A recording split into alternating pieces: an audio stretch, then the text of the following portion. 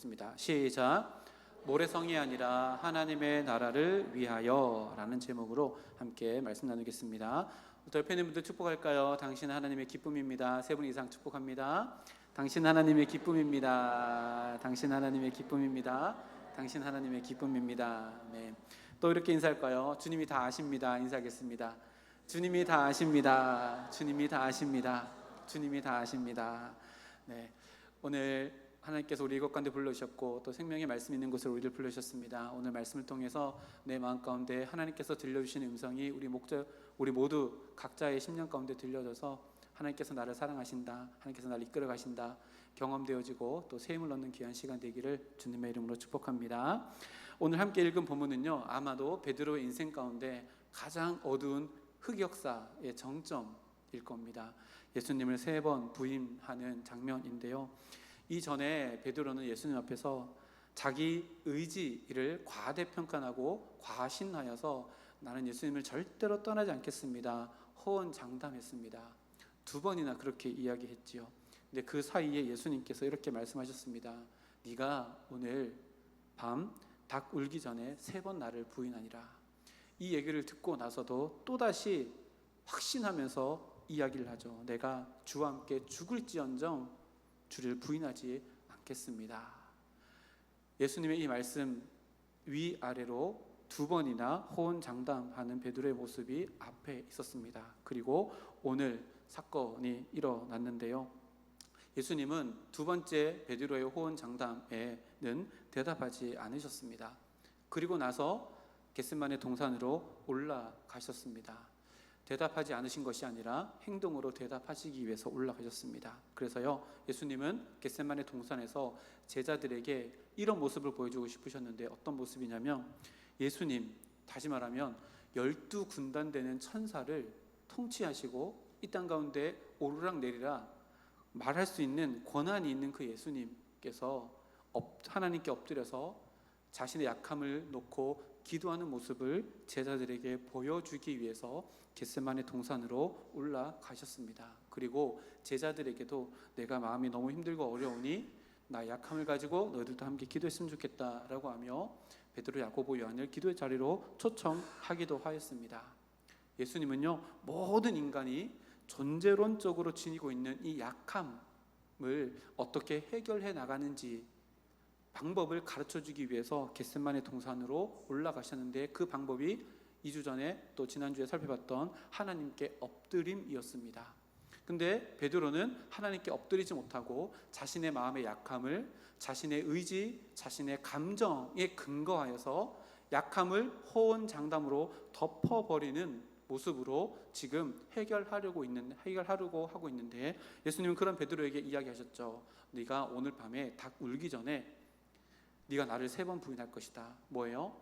네가 너의 존재론적인 약함을 너의 의지에 뿌리를 둔 호언장담으로 덮으려고 하면 너는 반드시 필패, 반드시 실패하고 말 것이다 라고 하는 것을 가르쳐 주셨음에도 불구하고 베드로가 알지 못해서 이제 이론 교육은 끝났고 겟세마네 동산에서 실습을 통해서 경험시키고자, 야, 약함은 이렇게 해결하는 거야, 약함을 가지고 하나님께 엎드려서 기도할 때 하나님께서 내 약함을 덧입으셔서 하나님의 능력으로 하나님의 뜻을 이뤄나갈 수 있도록 이끌어 가주신다는 것을 겟세마네 동산에서 보여주시고 계십니다.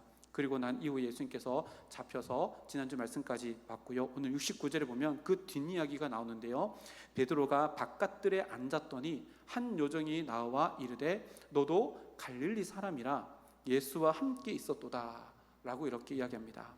마태가요, 베드로의 상황을 아주 상세하게 잘 기록해 놓고 있습니다.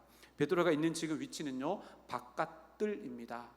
베드로가 왜 이 위치를 선정했을까요? 예수님과는 멀쩡히 떨어져 있는 곳이고 또 하인들과는 가까이 있는 자리입니다. 왜요? 지난주에 말씀 나눴던 것처럼요, 베드로는 이 자리가 자신의 신변을 지켜줄 수 있는 예수님과 멀찍이 떨어져 있는 자리이고 그리고 예수님의 결말을 볼 수 있는 적당히 떨어진 거리라고 생각해서 지금 이 자리에 있습니다. 그래서 베드로는요, 그 바깥들에 예수님께서 멀찍이 앉아 있는데 베드로를 알아보는 한 여종이 옆에 있습니다. 너도 갈릴리 사람이라 예수와 함께 있었던 걸 내가 봤다라고 이렇게 이야기합니다. 다른 복음서 누가복음이랑 마가복음에 보면 이 여종은요, 문을 지키는 여종이다라고 이렇게 기록되어 있습니다. 그러니까 대제사장 가야바의 밑에서 있는, 가야바를 섬기는 여종이었고 문을 지키는 업무를 하는 사람이었다는 겁니다. 그리고 다른 복음서에 보면요, 그 문에 모닥불이 피워져 있었는데 아마 이 여종은 그 모닥불 불빛을 통해서 베드로의 얼굴을 인식했고 이 베드로는 저 예수와 함께 있었었는데 라고 과거에 자기가 직접 목격했던 그 장면에서 베드로를 생각해냅니다. 그리고 너도 갈릴리 사람이지 않냐?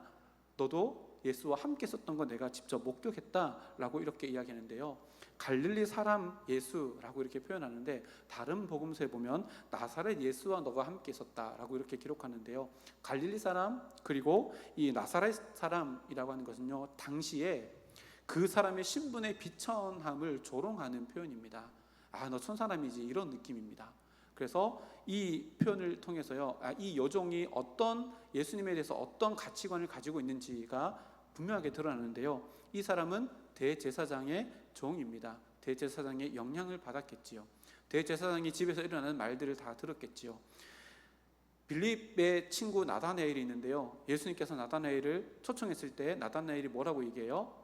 나사렛에서 무슨 선한 것이 날 수 있느냐라고 하며 나다나엘도 나사렛에 대한 편견을 가지고 있는데 이 여종도 그런 편견을 가지고 있었고, 지금 붙잡혀온 예수와 함께서 너는 촌사람이다, 신분이 비천한 사람이다 라고 하는 인식을 가지고 있었다는 것을 우리가 알게 됩니다.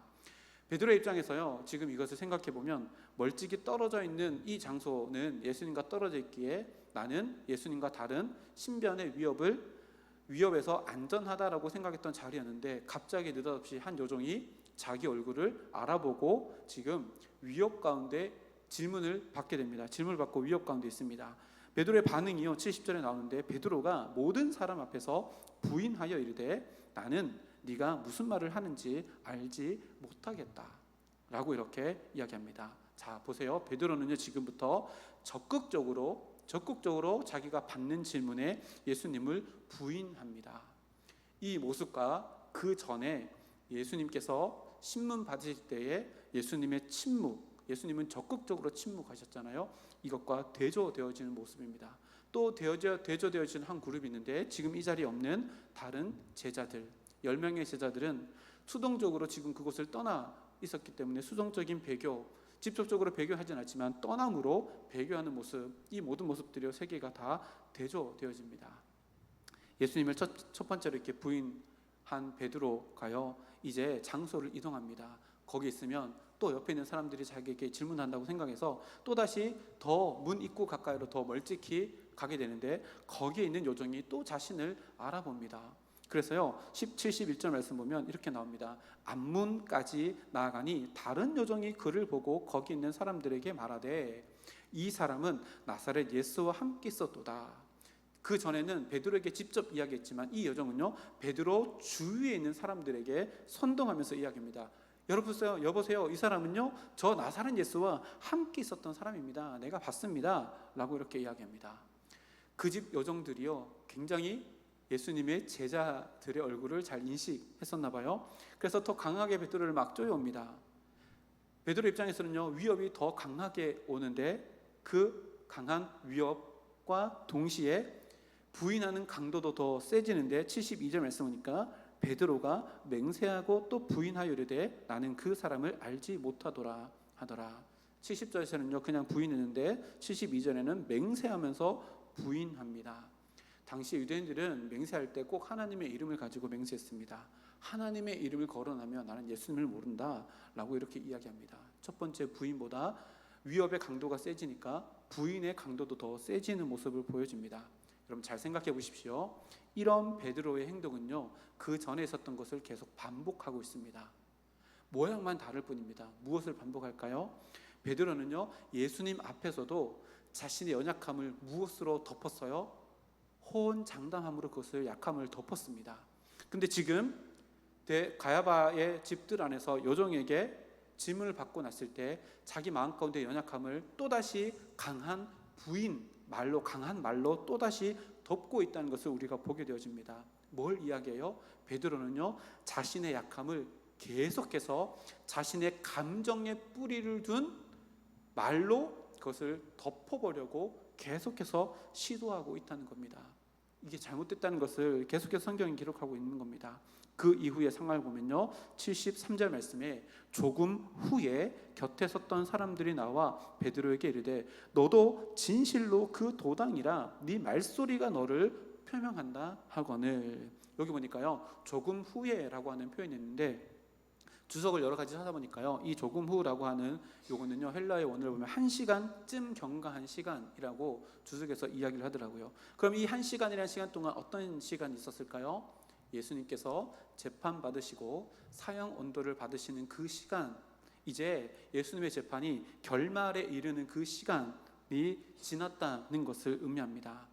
아마도 예수님께서 신성모독 제약을 받고 있는 그 비슷한 시간에 베드로가 지금 똑같은 질문을 받게 됩니다. 너는 진실로 그 도당이라. 첫 번째 하인, 두 번째 하인, 그리고 세 번째 사람들의 질문이요, 강도가 점점 세집니다. 73절에 보니까 너도 진실로 그 도당이라. 진실로, 예수님도 진실로 많이 쓰잖아요.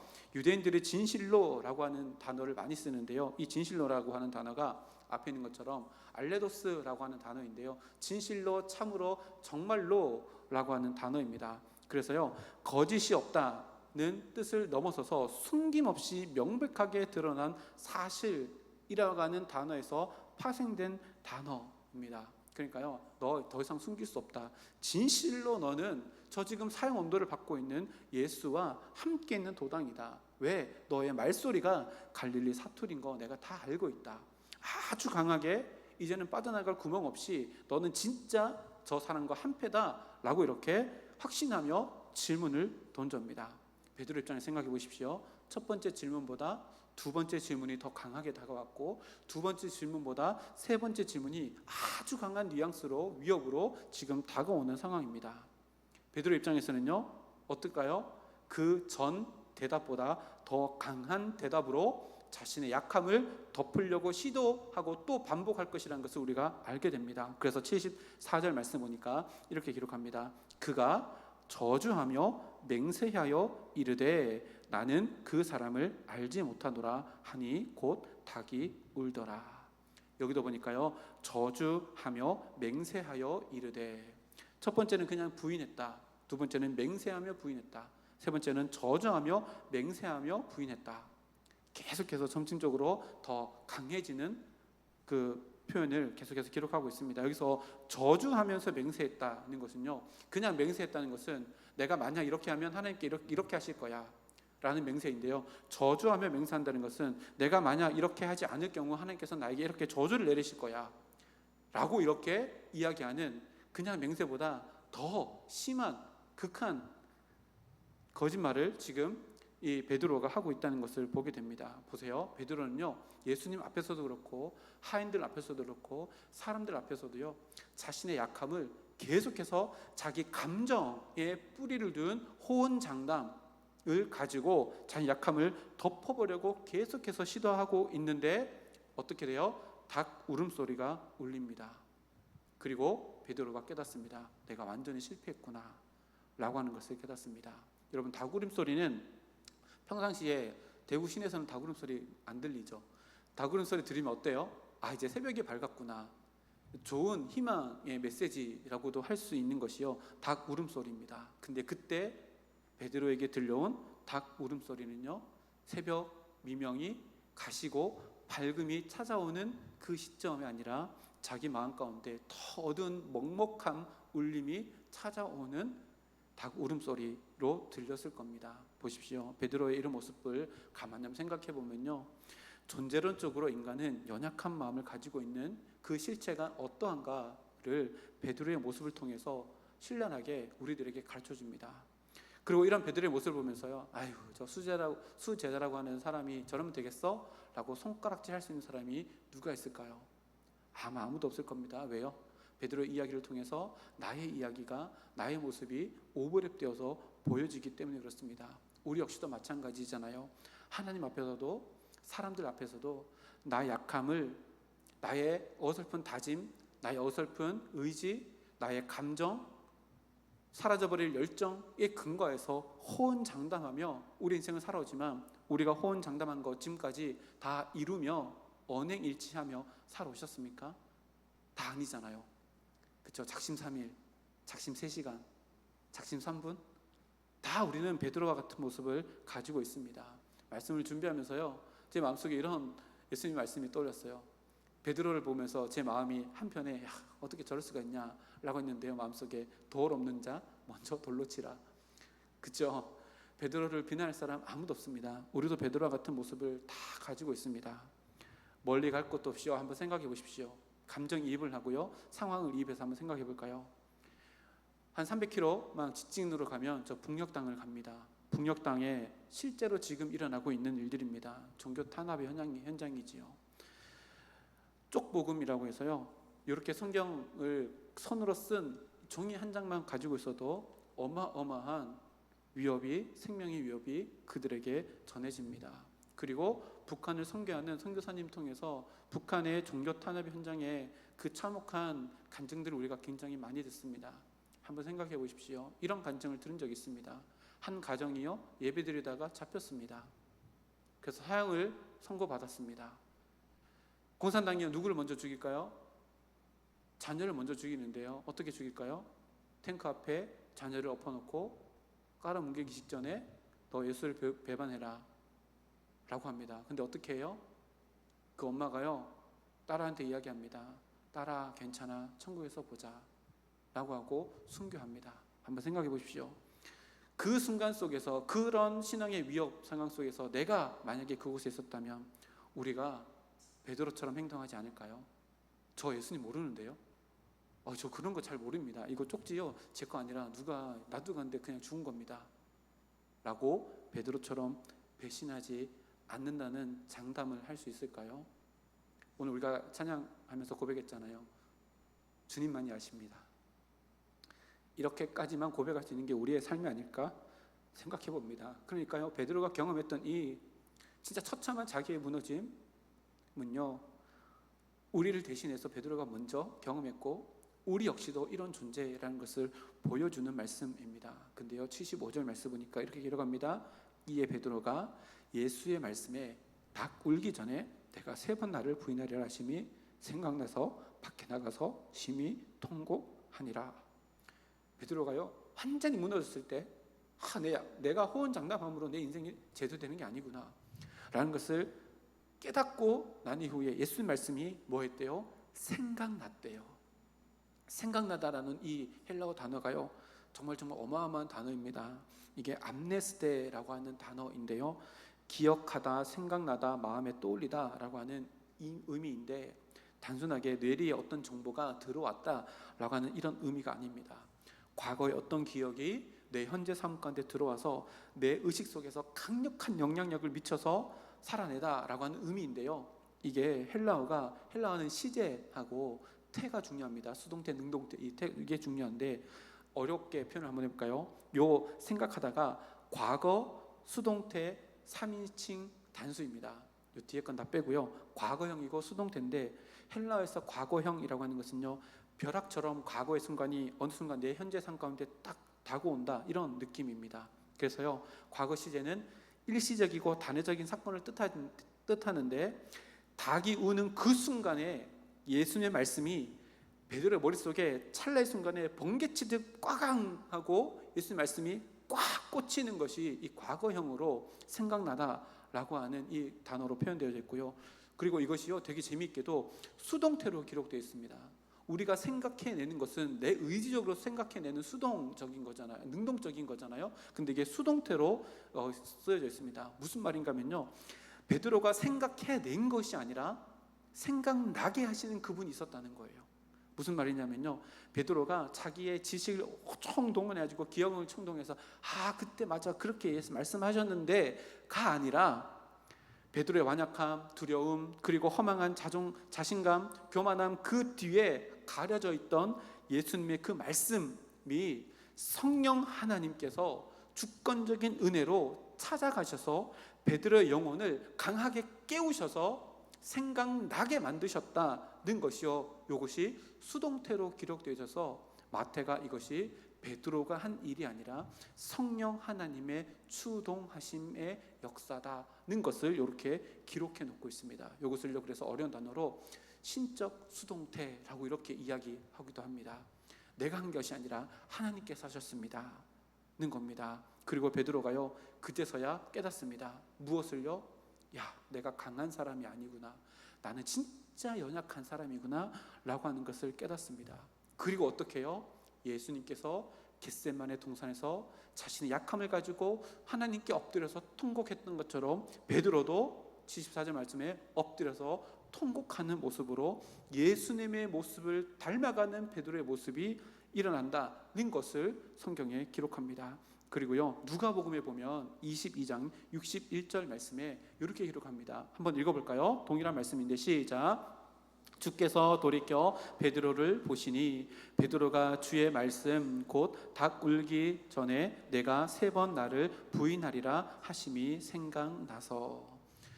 누가는요 그때 그 장면을 더 상세하게 기록하는데 주께서 돌이켜 베드로를 보셨다라고 기록합니다. 보세요. 지금 베드로가요, 예수님께 멀찍이 있다가 하인한테 걸려가지고 더 문 가까이로 멀리 있었습니다. 근데 베드로가 3번 다 부인하고 닭이 울 때 예수님께서 닭 울음소리와 함께 베드로를 쳐다봤는데 직선으로 베드로와 시선이 마주쳤다는 겁니다. 생각해 보세요.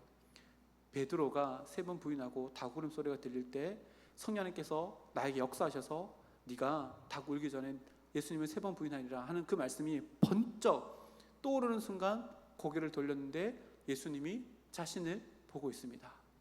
베드로 마음이 어땠을까요? 베드로 마음이 어땠을까요? 나쁜 짓 하다가 엄마한테 들키면 어떡해요? 이 느낌보다 말로 표현할 수 없는 민망함, 부끄러움, 수치스러움, 괴로움, 만감이 교차하는 그 상황 가운데 예수님과 시선이 교차했는데 예수님의 시선은 어땠을까요? 예수님의 시선은 어땠을까요?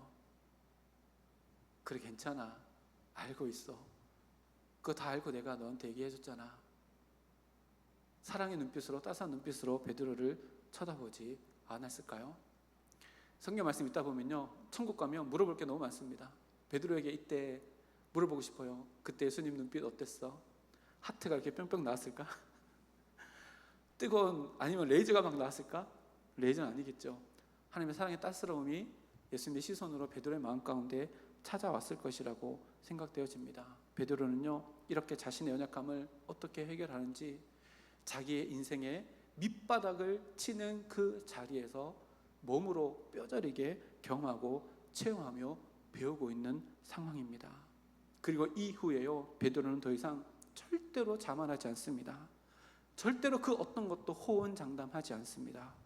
요한복음 마지막 장에 보면 우리가 오늘 찬양했잖아요. 부활하신 예수님께서 갈릴리 바닷가에서요, 숯불을 피워놓습니다. 예수님께서요, 굉장히 짓궂습니다. 이 숯불이라는 단어가요, 숯불이라는 단어가 오늘 본문 말씀에 나와 있는 그 숯불과 동일한 헬라어입니다. 그때를 연출한 겁니다. 숯불을 똑같이 피워놓고요, 베드로가 오면 3번 부인했던 것처럼 3번 질문합니다. 뭐라고 질문해요? 네가 나를 사랑하느냐? 야, 호언장담 한번 해보지. 이런 느낌이잖아요. 주님, 제가 죽더라도 주님은 절대 떠나지 않습니다. 다시 베드로가 말할 수 있을까요? 없습니다. 왜요? 나의 약함을 배웠기 때문, 알기 때문이고 그 약함을 어떻게 해결해야 되는지 알기 때문입니다. 그래서 뭐라고 대답해요? 오늘 우리가 찬양했잖아요. 이것 때문에요, 찬양을 3주 전부터 했습니다. 그래서 찬양했잖아요. 뭐라고 해요? 이렇게 이야기합니다. 주님, 내가 주님을 사랑하는 줄 주께서 아십니다. 그렇게 똑같이 2번, 내가 주님을 사랑하는 줄 주께서 아십니다. 모든 것을 아시오매 내가 주님을 사랑하는 줄 주께서 아십니다. 호언장담하지 않습니다. 주님이 아는 것만큼 내가 주님을 사랑합니다 라고 고백합니다. 아주 연약함이지만 연약한 가운데 주님을 사랑합니다 라고 고백하는 진솔한 베드로의 모습으로 완전히 바뀌었습니다. 예수님은요, 우리에게도 베드로와 같은 잘못을 저질렀을 때 동일하게 용서해 주실 겁니다. 여러분 믿으시지요? 근데요, 신앙생활은요, 미래에, 잘 들으세요, 신앙생활은 미래에 받을 수 있는 용서를 바라보며 하는 것이 아닙니다. 이해하셨어요? 신앙생활은요, 내가 이렇게 해도 미래에 나를 용서해 줄 거야 라고 생각하고 하는 신앙생활이 아닙니다. 그럼 신앙생활은 뭘까요? 그럼에도 불구하고 나를 용서해 주실 그 주님을 신뢰하며 오늘의 현실 속에서는요, 나를 통해 이루실 하나님의 약속을 바라보며 오늘을 살아가는 것이 신앙생활입니다. 근데요, 신앙생활을요, 이렇게 한 사람이 있습니다. 이렇게 해도 나를 용서해 주실 거야. 미래에 받을 용서를 갈망하며 살아가는 신앙생활은요, 뭘 하는 거예요? 오늘 죄 짓겠다는 얘기입니다.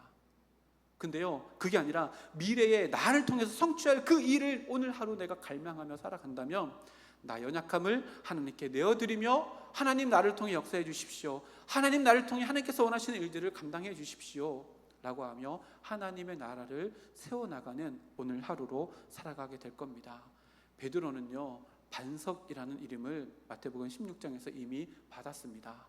근데요, 자신의 연약함을 하나님께 엎드림이 아니라 자신의 연약함을 자기의 감정, 자기의 의지에 뿌리를 둔 호언장담으로 그것을 덮으려고 했을 때 마치 채로 걸은 모래처럼 다 으스러지고 없어져 버립니다. 근데요, 우리가 잘 알듯이 예수님을 만난, 부활하신 예수님을 만난 이후에 베드로는 더 단단해졌고 그 이후에 사도행전의 모든 역사 가운데 하나님의 나라를 만들어가는 단단한 반석처럼 하나님께 쓰임받았다는 것을 알게 되어집니다.